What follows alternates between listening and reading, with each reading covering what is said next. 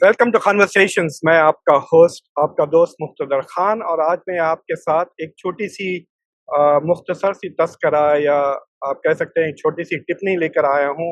एक सवाल का मैं जवाब देना चाहता हूँ कि पिछले 3 साल में 2022 से लेकर अभी तक साउथ एशिया में तकरीबन 1, 2, 3, 4 सरकारें उलट गई हैं। श्रीलंका में, पाकिस्तान में, नेपाल में और बांग्लादेश में। और भारत में अभी भी स्टेबिलिटी है, और ऐसी कोई मतलब डेवलपमेंट नहीं हुआ जिससे आपको अंदाजा होगा कि सरकार पलट सकती है या कोलैप्स हो सकती है या कुछ पॉलिटिकल टर्मोइल या ब्रेकडाउन हो सकता है। तो बेसिकली इसकी क्या वजूहत है कि भारत इतना स्टेबल क्यों है in an ocean of instability. ये और बात है कि भारत की कूटनीति या भारत की डिप्लोमेसी और फॉरेन पॉलिसी के ऊपर हम सवाल लगा सकते हैं कि उसके ही खत्ते में, उसके ही रीजन में स्टेबिलिटी नहीं है।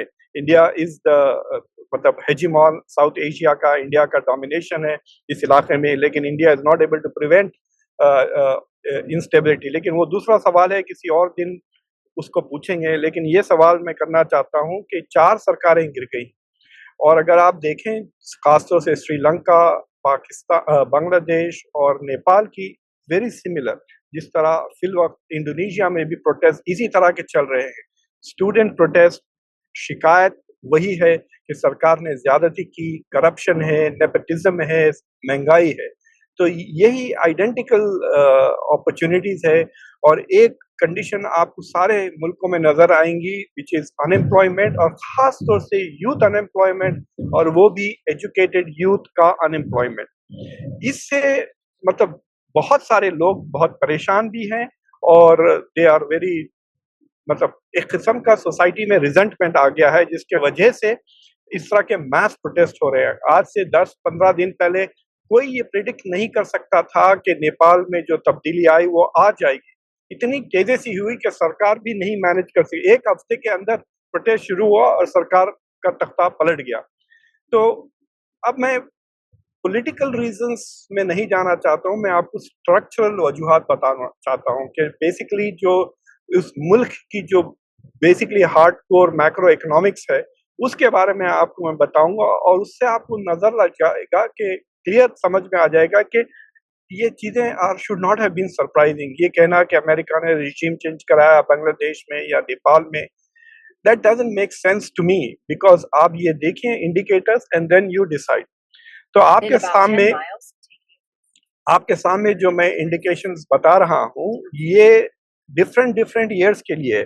तो जो डेटा है वो बेसिकली 3 चीजों के 3 इंडिकेटर्स बता रहा हूँ मैं। एक इन्फ्लेशन, रियल जीडीपी और अनएम्प्लॉयमेंट। पिछले जो मैंने शोज किए हैं, कई बार मैंने अमेरिका के कॉन्टेक्स्ट में आपको मिजरी इंडेक्स के बारे में बताया कि जब भी इन्फ्लेशन और अनएम्प्लॉयमेंट 10% हो जाते हैं तो तख्ता अमेरिका में पलट जाता है, यानी जो इनकम्बेंट्स है वो इलेक्शन में जरूर हार जाते हैं। तो वो चीज तो है ही, लेकिन इसमें मैं जीडीपी भी ऐड कर दिया हूँ। तो basically misery index plus GDP समझिए, क्योंकि मैं ये कहना चाहता हूँ कि अगर अनएम्प्लॉयमेंट हाई भी है, इन्फ्लेशन भी है, लेकिन अगर इकोनॉमी में ग्रोथ है तो मेरे ख्याल से इट मॉड्यूलेट्स द जो मिजरी इंडेक्स है। तो ये देखिए जो डेटा है, पाकिस्तान 2022, क्योंकि इमरान खान का तख्ता 2022 में पलटा था। श्रीलंका का भाई 2022, क्योंकि वहां पे जो पब्लिक, आप याद होगा कितने स्केरी इमेजेस थे, गवर्नमेंट के बिल्डिंगों में घुस गए थे पब्लिक, और वहां उनके जो लीडर थे, प्रेसिडेंट, वो इमीडिएटली रिजाइन करके वो भाग गए थे। फिर बांग्लादेश पिछले साल 2024 में very similar student protest spontaneous शुरू हुआ, वहां पे भी वही वजूहत है, नेपोटिज्म, बैड गवर्नेंस वगैरह। इंडिया का 2024 जहां लोकसभा के इलेक्शंस हुए, जहां बड़े बड़े नारे लग रहे थे कि अब के बार 400 पार, लेकिन 400 तो नहीं हुआ, 240 हुआ। कि basically BJP did not gate majority, अब वो कोलिशन गवर्नमेंट में चला रही है, यानी बीजेपी केम वेरी क्लोज। अगर ऑपोजिशन जरा ज्यादा कॉम्पिटेंट होती, ज्यादा कोहिसिव होती, तो शायद बीजेपी हार भी जाती 2024 में। और नेपाल 2025। तो अगर आप ये इंडिकेटर्स देखें, इन्फ्लेशन पाकिस्तान में 20%, 19.9% इन्फ्लेशन, श्रीलंका में 49% इन्फ्लेशन, बांग्लादेश में 10.5% इन्फ्लेशन, नेपाल और भारत में 5% था in the critical year, not now, मतलब 2024 में भारत में और नेपाल में 2025 में। और जो अनएम्प्लॉयमेंट था इन मुल्कों में, पाकिस्तान में 6.2, श्रीलंका में 4.7, बांग्लादेश में 4.7, इंडिया में 4.2 और नेपाल में 10.7। तो अगर आप देखें तो इन सारी चीजों में एक्सेप्ट इन्फ्लेशन में Bharat has better numbers than वो सारे मुल्क, यानी इंडिया का इन्फ्लेशन भी कम है कंपेयर टू से पाकिस्तान, श्रीलंका, बांग्लादेश, और इंडिया का अनएम्प्लॉयमेंट भी इज लेस कंपेयर टू ये सारे मुल्क। और ग्रोथ में आप फर्क देख सकते हैं कि कितना ज्यादा है। इंडिया का जो ग्रोथ था 2024 में, इट वाज एवरेजिंग 7.3% ग्रोथ, और श्रीलंका नेगेटिव 7.4% ग्रोथ था। पाकिस्तान का ग्रोथ 6.2 था, बांग्लादेश का 5.2 और नेपाल का 4.0। यानी इन मुल्कों में बेसिकली इन्फ्लेशन ज्यादा था, अनएम्प्लॉयमेंट भी ज्यादा था, और ग्रोथ कम होने के वजह से कोई उम्मीद नजर नहीं है आ रही थी कि थिंग्स गेट बेटर।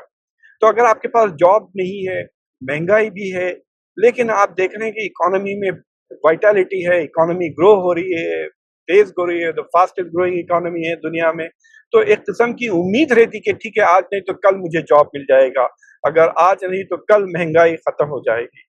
तो ये जो डेटा मैंने लिया है वो IMF, World Economic Organisation, WTO, World Bank और ILO से लिया हुआ है। So this is all data जो उनके मुल्कों ने प्रोवाइड किया है। तो आई थिंक कि कंस्पिरेसी थियरीज के पे रिजॉर्ट करने के बजाय एक्सप्लेन करने के लिए कि ये क्यों आ रहा है, these are all consequences of very bad governance, इसमें और कोई सवाल ही नहीं है। एशिया के मुल्कों में आजकल गवर्नेंस बहुत खराब हो गई है, करप्शन आ गया है, इकोनॉमीज में इनइक्वालिटीज आ गई हैं, जो अमीर है वो बहुत अमीर होते जा रहे हैं, जो गरीब है वो और भी गरीब होते जा रहे हैं। मुल्क ग्रोथ हो रहा है 4%, 5% से सारे एशियन मुल्क बढ़ रहे हैं, लेकिन जो गरीब हैं वो और गरीब होते जा रहे हैं, जो अमीर है वो बहुत ज्यादा अमीर होते जा रहे हैं। तो ये जो एक किस्म से सोसाइटी में एक रिजेंटमेंट आया, उसके वजह से आप ये तख्ता पलटते हुए देख रहे हैं। People are unhappy with their governments, और इस वजह से ये रेवोल्यूशंस आ रहा है। इसमें भारत के लिए भी एक वार्निंग है कि भारत के नंबर्स आर नॉट एकदम बेहतरीन नहीं है compare to the others, except in the growth sector जहां 7.3% है, और अनएम्प्लॉयमेंट भारत में भी is very comparable to many of this countries, और खुद यूथ अनएम्प्लॉयमेंट भी बहुत ज्यादा है। अगर आप देखें यूथ अनएम्प्लॉयमेंट कुछ 15% के करीब है भारत में, और जो एजुकेटेड यूथ अनएम्प्लॉयमेंट है वो 20% से ज्यादा हो गया है।